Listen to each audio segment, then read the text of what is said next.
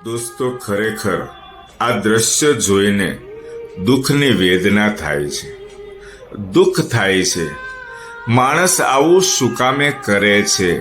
એક માણસ બીજા માણસને મારવાનો પ્રયત્ન શું કામ કરે છે એ નથી સમજાતું. આજે તમને ઈશ્વરનો ડર નથી, ભગવાન છે ભગવાનનો ડર નથી, આજે તમને માણસનો ડર નથી પણ ઈશ્વરનો ડર નથી. થોડું તમે વિચારો, આ તમે જે ભેળસેળ કરીને લોકોને જે ખવડાવવાનો પ્રયત્ન કરો છો, આની અંદર નાના નાના ભૂલકાઓ ખાય છે, મોટી ઉંમરના બીમાર વ્યક્તિઓ ખાય છે, વધારે બીમાર પડે છે. તમને દોસ્તો આ દ્રશ્યની અંદર દેખાય છે આ ભાઈ તરબૂચનો કલર ચેન્જ કરે છે અને તરબૂચની મીઠાશ વધારવાનો પ્રયત્ન કરે છે જેથી કરીને એમનો ધંધો વધારે ચાલે.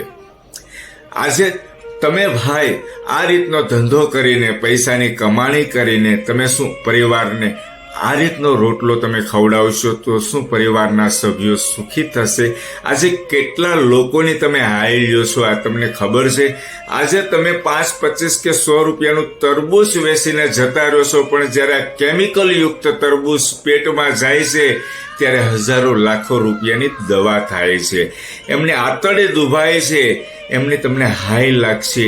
તમે આજે તમારી જેવા 1 થી 2% લોકો આવા કામ કરે છે ને એના હિસાબે 98% જે માર્કેટની અંદર ફ્રૂટ વેચે છે ને એ લોકો લાચાર છે બિચારા. એમને પણ એ લોકોને એ નજરથી લોકો જોવે છે, એમના વેપાર ધંધા ઉપર અસર પડે છે.